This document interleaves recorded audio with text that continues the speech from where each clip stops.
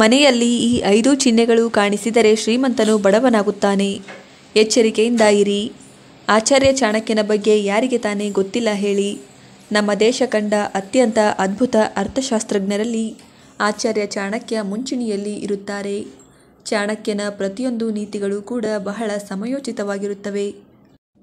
ಶತಶತಮಾನಗಳ ಹಿಂದೆ ಆಚಾರ್ಯ ಚಾಣಕ್ಯ ಹೇಳಿದ ಪ್ರತಿಯೊಂದು ವಿಷಯಗಳು ಈಗಿನ ಕಾಲಕ್ಕೂ ಕೂಡ ಅನ್ವಯವಾಗುತ್ತವೆ. ಚಾಣಕ್ಯ ಮಹಾನ್ ಬುದ್ಧಿವಂತ ಎನಿಸಿಕೊಂಡವನು. ಚಾಣಕ್ಯ ಹೇಳುವ ಪ್ರಕಾರ ನಿಮ್ಮ ಮನೆಯಲ್ಲಿ ಇಂತಹ ಕೆಲವು ಚಿಹ್ನೆಗಳು ಕಾಣಿಸಿದರೆ ಬಡತನ ನಿಮ್ಮ ಮನೆಯತ್ತ ಧಾವಿಸುತ್ತದೆ ಎಂದರ್ಥ. ಇಂತಹ ಚಿಹ್ನೆಗಳು ಮನೆಯಲ್ಲಿ ಕಾಣಿಸಿಕೊಂಡರೆ ಶ್ರೀಮಂತನು ಕೂಡ ಕೆಲವು ದಿನಗಳಲ್ಲಿಯೇ ಬಡವನಾಗಬಹುದು.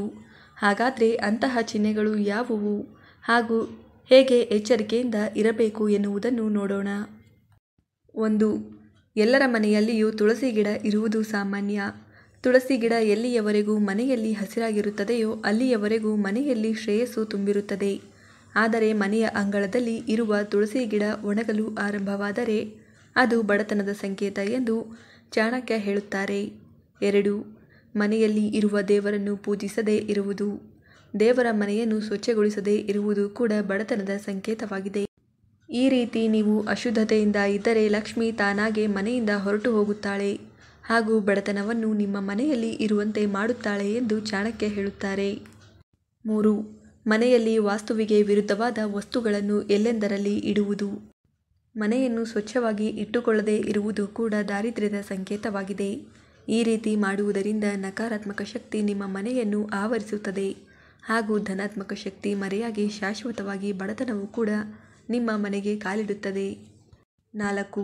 ಇನ್ನು ಬಡತನವನ್ನು ತೋರಿಸುವಂತಹ ಮತ್ತೊಂದು ಚಿಹ್ನೆ ಎಂದರೆ ಮನೆಯಲ್ಲಿ ಹೆಂಗಸರು ಅಥವಾ ಹಿರಿಯರನ್ನು ಅಗೌರವದಿಂದ ಕಾಣುವುದು. ಅಂತಹ ಸ್ಥಿತಿ ನಿಮ್ಮ ಮನೆಯಲ್ಲಿ ನಿರ್ಮಾಣವಾಗುತ್ತಿದ್ದರೆ ತಕ್ಷಣ ಅದನ್ನು ಸರಿಪಡಿಸಿಕೊಳ್ಳಿ.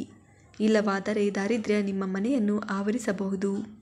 ಇನ್ನು 5ನೇಯದಾಗಿ ಸದಾ ಮನೆಯಲ್ಲಿ ಶಾಂತಿ ಇದ್ದು ಒಂದೇ ಸಲ ಜಗಳ ಮನಸ್ತಾಪಗಳು ಆರಂಭವಾದರೆ ಆಗಲೂ ಬಡತನ ನಿಮ್ಮ ಮನೆಯನ್ನು ಹುಡುಕಿಕೊಂಡು ಬರುತ್ತಿದೆ ಎಂದು ಅರ್ಥ ಅಥವಾ ನಕಾರಾತ್ಮಕ ಶಕ್ತಿ ನಿಮ್ಮ ಮನೆಯನ್ನು ಆವರಿಸಿದೆ ಎಂದು ಅರ್ಥ. ಇಂತಹ ಸಂದರ್ಭದಲ್ಲಿ ಜಾಗರೂಕತೆಯಿಂದ ಇರಿ ಎಂದು ಚಾಣಕ್ಯರು ಹೇಳುತ್ತಾರೆ. ಮೇಲೆ ಹೇಳಿದ ಯಾವುದೇ ಲಕ್ಷಣಗಳು ನಿಮ್ಮ ಮನೆಯಲ್ಲಿ ಕಾಣಿಸಿದರೆ ತಕ್ಷಣ ನೀವು ಎಚ್ಚೆತ್ತುಕೊಳ್ಳಬೇಕು. ಎಲ್ಲ ತಪ್ಪುಗಳನ್ನು ನೋಡಿಕೊಂಡು ಸುಮ್ಮನೆ ಇರುವ ಅಭ್ಯಾಸ ಮಾಡಿಕೊಂಡರೆ ಅದರಿಂದ ಮುಂದೆ ನೀವು ಆರ್ಥಿಕವಾಗಿ ಸಮಸ್ಯೆಯನ್ನು ಎದುರಿಸಬೇಕಾಗುತ್ತದೆ. ಈಗ ಏನಾದರೂ ಬಡತನ ಸ್ಥಿತಿಗೆ ನೀವು ತೆರಳಿದರೆ ತಕ್ಷಣ ಬೆಳಗ್ಗೆ ಮತ್ತು ಸಂಜೆ ಲಕ್ಷ್ಮೀ ಆರಾಧನೆ ಮಾಡುವುದನ್ನು ಬಿಡಬೇಡಿ. ಸಂಜೆ ದೇವರ ಮುಂದೆ ದೀಪ ಹಚ್ಚಿ ಆರ್ಥಿಕ ಪರಿಸ್ಥಿತಿ ಸುಧಾರಿಸಲು ಓಂ ಶ್ರೀ ಹ್ರೀಂ ಕ್ಲೀಂ ಶ್ರೀ ಸಿದ್ಧಲಕ್ಷ್ಮೇ ನಮಃ ಎನ್ನುವ ಮಂತ್ರವನ್ನು ಪಠನೆ ಮಾಡಿ.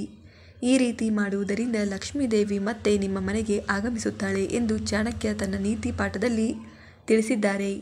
ಸ್ನೇಹಿತರೆ, ವಿಡಿಯೋ ಇಷ್ಟ ಆಗಿದ್ದರೆ ದಯವಿಟ್ಟು ವಿಡಿಯೋವನ್ನು ಲೈಕ್ ಮಾಡಿ ಹಾಗೆ ನಮ್ಮ ಚಾನಲ್ಗೆ ಸಬ್ಸ್ಕ್ರೈಬ್ ಆಗುವುದನ್ನು ಮರಿಬೇಡಿ. ಧನ್ಯವಾದಗಳು.